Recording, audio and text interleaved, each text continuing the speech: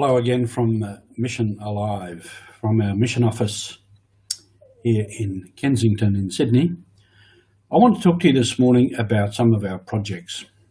I mentioned a few days ago that we'd had our meeting and we'd approved 37 projects around the world, from West Africa, South Africa, through the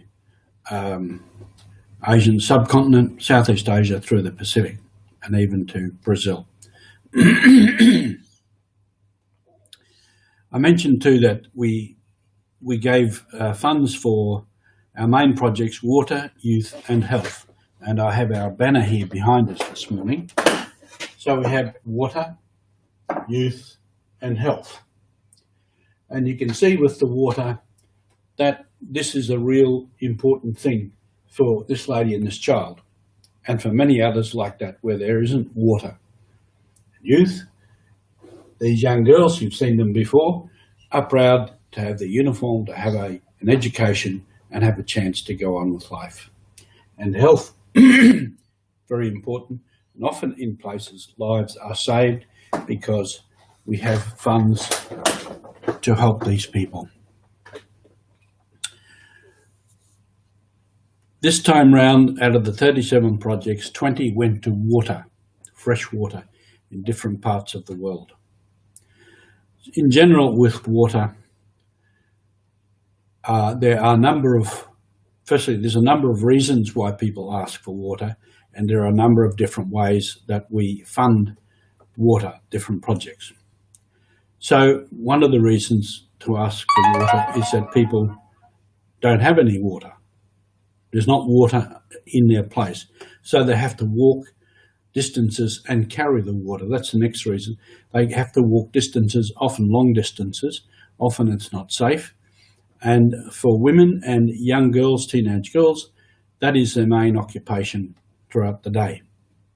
And it means too that a lot of young girls don't get to go to school because they have to carry water. I've said that before.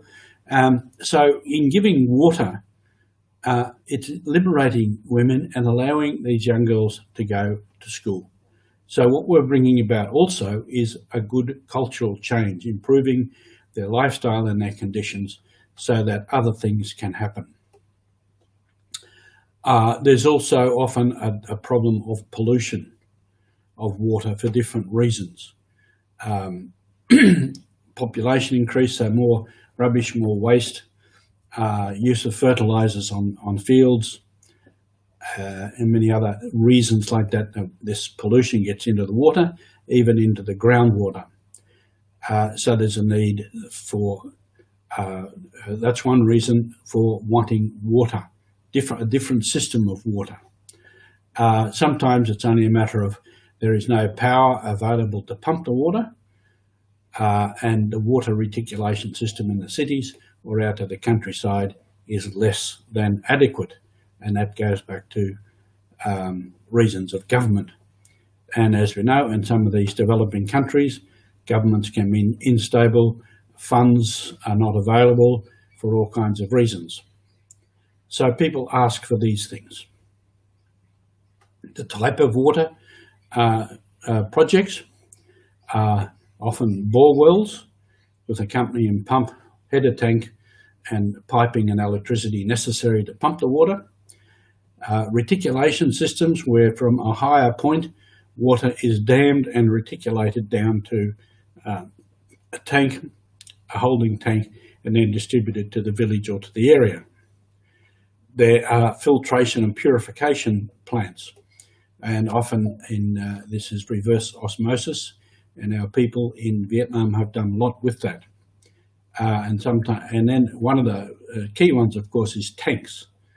Again, with the additional needs of guttering, pipes, etc. In many of these, the people contribute a lot of labour and sometimes some funds for, say, the tank stand and things like that. Sometimes too with those systems, the people, they sell the water to the people at a reasonable rate, and that money is used to maintain the system. So the people are responsible for the project. So these are all some things about our water system, of why people need assistance with water projects and what type of systems. But the results are always people have a better life by having fresh water, clean water close to. And this is part of our mission. The Mission Office, it's part of our mission.